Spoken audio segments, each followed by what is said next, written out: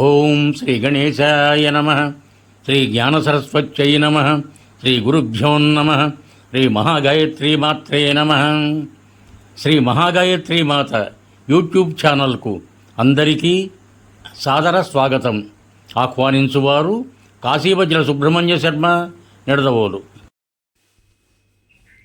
సుగ్రీవ మైత్రి వాలి వధ.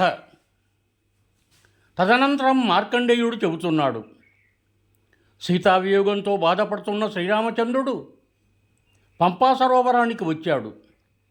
ఆ నీటిలో స్నానం చేసి పితృదేవతలకు తర్పణలిచ్చాడు. ఆపై ఇద్దరూ ఋష్యమూక పర్వతం ఎక్కసాగారు. పర్వత శిఖరం మీద రామలక్ష్మణులకు 5 వానరులు కనిపించారు. సుగ్రీవుడు వారి రాకను గమనించి బుద్ధిమంతుడైన తన మంత్రి హనుమంతుని వారి దగ్గరకు పంపించాడు. హనుమంతుడితో సంభాషించాక వారిద్దరూ అతనితో పాటు సుగ్రీవుని దగ్గరకు వెళ్ళారు. శ్రీరామచంద్రుడు సుగ్రీవునితో మైత్రి చేసుకున్నాడు. తన పని నివేదించాడు.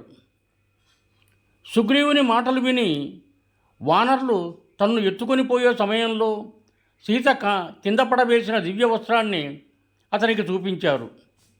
అది లభించాక రామునకు రాముడే సీతను ఎత్తుకుని పోయాడని మరింత ధ్రువపడింది. శ్రీరామచంద్రుడు సుగ్రీవుని సమస్త వానరులకు రాజుగా అభిషేకించాడు. దానితో పాటు వారిని నేను వధిస్తాను అని ప్రతిజ్ఞ కూడా చేశాడు. అప్పుడు సుగ్రీవుడు సీతను వెతికి తెస్తానని ప్రతిజ్ఞ చేశాడు. ఇలా ప్రతిజ్ఞలు చేసి వారు పరస్పరం విశ్వాసం పెంచుకున్నారు. అందరూ కలిసి యుద్ధం చేయటానికి కిష్కింధకు వెళ్ళారు. అక్కడకు వెళ్ళి సుగ్రీవుడు చాలా గట్టిగా అరిచాడు. వారి దానిని విని సహించలేకపోయాడు. అతడు యుద్ధానికి బయలుదేరుతుంటే వారి భార్య తార అతనిని ఆపుతూ, నాథా, నేడు సుగ్రీవుడు చేసిన సింహనాదం వలన ఇప్పుడు అతని బలం పెరిగిందని తెలుస్తోంది. అతనికి ఎవరో బలవంతుడు సహాయం దొరికి ఉంటుంది. కాబట్టి మీరు దయవుంచి బయటకు వెళ్ళకండి అని ప్రార్థించింది. వాలి, నీవు సమస్త ప్రాణుల యొక్క అన్ని విషయాలను వాటి ధ్వనులను బట్టి తెలుసుకోగలవు. సుగ్రీవునికి ఎవరి సహాయం దొరికి ఉంటుందో ఆలోచించి చెప్పు అన్నాడు.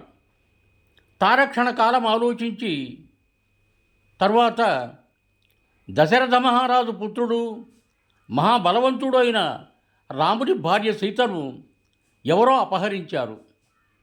ఆమెను వెతకటానికి అతడు సుగ్రీవునితో మైత్రి కుదుర్చుకున్నాడు. ఇద్దరూ కూడా పరస్పరం తమ శత్రువును శత్రువుగా, మిత్రుని మిత్రునిగా అంగీకరించాడు. శ్రీరామచంద్రుడు ధనుర్ధరుడైన వీరుడు. అతని తమ్ముడు సుమిత్రానందనుడు లక్ష్మణుడు. అతనిని కూడా యుద్ధంలో ఎవ్వరూ జయించలేరు.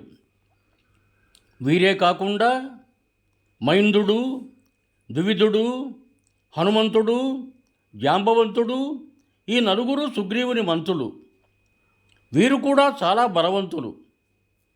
కనుక ఇప్పుడు శ్రీరామచంద్రుడి బలసహాయం పొందటం వలన సుగ్రీవుడు మిమ్మల్ని చంపడానికి సమర్థుడు అని వివరంగా తార వాలికి చెప్పింది. తార అతని క్షేమం కోరి చెప్పినా వాలి దానిని తోసిపుచ్చాడు. కిష్కింధ గుహాద్వారం నుండి వెలుపలికి వచ్చాడు. సుగ్రీవుడు మాల్యవంత పర్వతం దగ్గర నిలబడి ఉన్నాడు. అక్కడికి చేరుకొని వాలి అతనితో, ఓరి సుగ్రీవ, నీవు నీ ప్రాణాలు రక్షించుకుంటూ తిరుగుతున్నావు.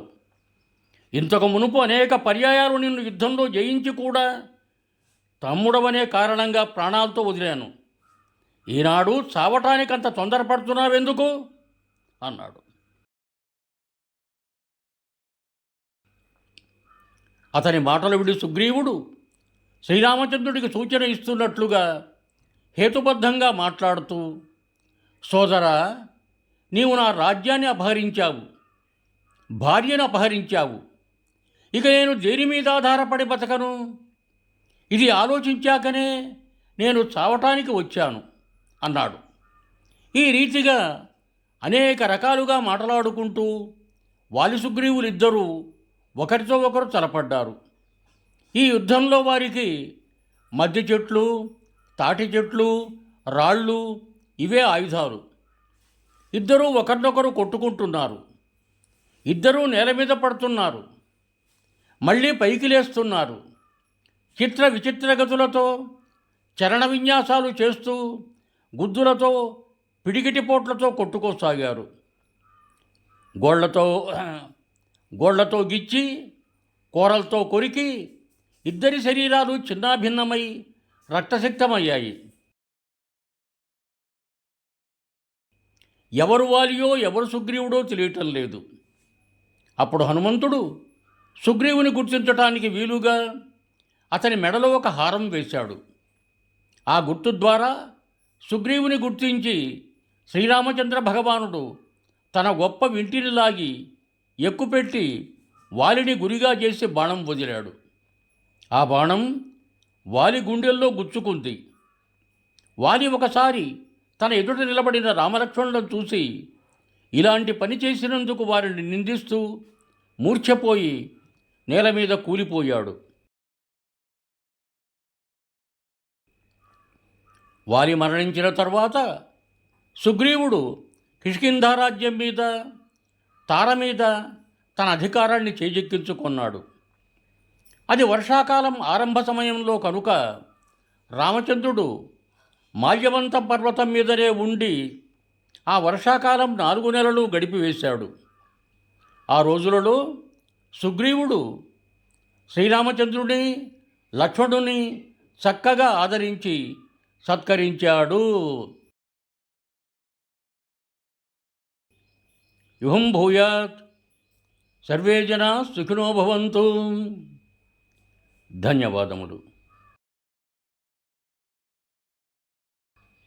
మీకు నా ఈ వీడియో నచ్చినట్టయితే దయచేసి ఒక లైక్ కొట్టి మీ బంధుమిత్రులకు కూడా నా ఈ వీడియోను షేర్ చేయగలరు. అదేవిధంగా నా ఛానల్ శ్రీ మహాగాయత్రీ మాత యూట్యూబ్ ఛానల్ను సబ్స్క్రైబ్ చేయ ప్రార్థన. మరొక్క మారు ధన్యవాదములతో భవదీయుడు కాశీవజ్ర సుబ్రహ్మణ్య శర్మ, నిడదవోలు, తూర్పుగోదావరి జిల్లా.